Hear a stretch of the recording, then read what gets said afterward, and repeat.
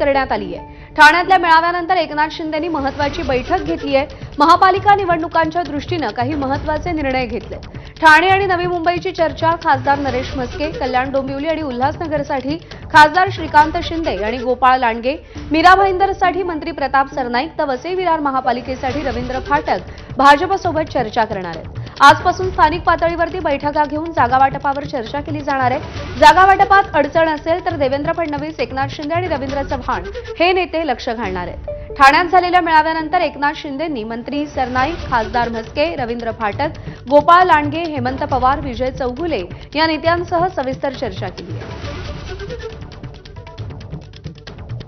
दरम्यान महापालिका निहाय चर्चेची जबाबदारी कोणाकोणावर सोपवण्यात आली आहे, ग्राफिक्सच्या माध्यमातून एक नजर।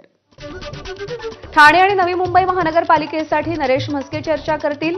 कल्याण डोंबिवली आणि उल्हासनगर महानगरपालिकेसाठी श्रीकांत शिंदे आणि गोपाळ लांडगे चर्चा करतील। मीरा भाईंदर महानगरपालिकेसाठी प्रताप सरनाईक तर वसई विरार महानगरपालिकेसाठी रवींद्र फाटक चर्चा करतील।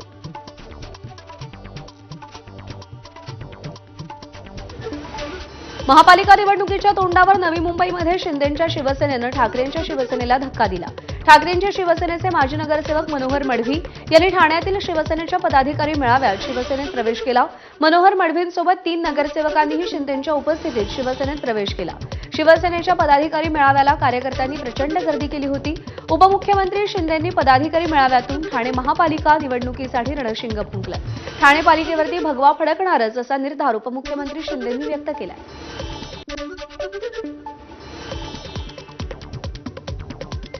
गेले अनेक वर्ष अनेक लोकांनी प्रयत्न केले, परंतु हा ठाण्यावरचा शिवसेना प्रमुखांचा आणि धर्मवीर आनंद दिघे साहेबांच्या मनातला भगवा कुणी उतरू शकलं नाही आणि कुणी उतरवू शकणार नाही। 16 तारखेला गुलाल आपणच उधळणार, भगवा आपणच फडकवणार।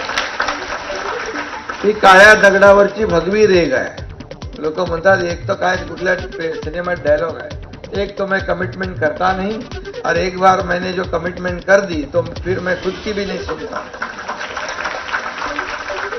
शब्द राजकारणामध्ये काही लोक शब्दाला मोल देत नाही आणि मग त्यांचा टांगा पलटी होतो, घोडे फरार होतात। पण राजकारणामध्ये शब्द पाळणं हे देखील महत्वाचं आहे आणि म्हणून शब्द देतो, शब्द पाळतो आपण, म्हणून लोक विश्वास ठेवतात।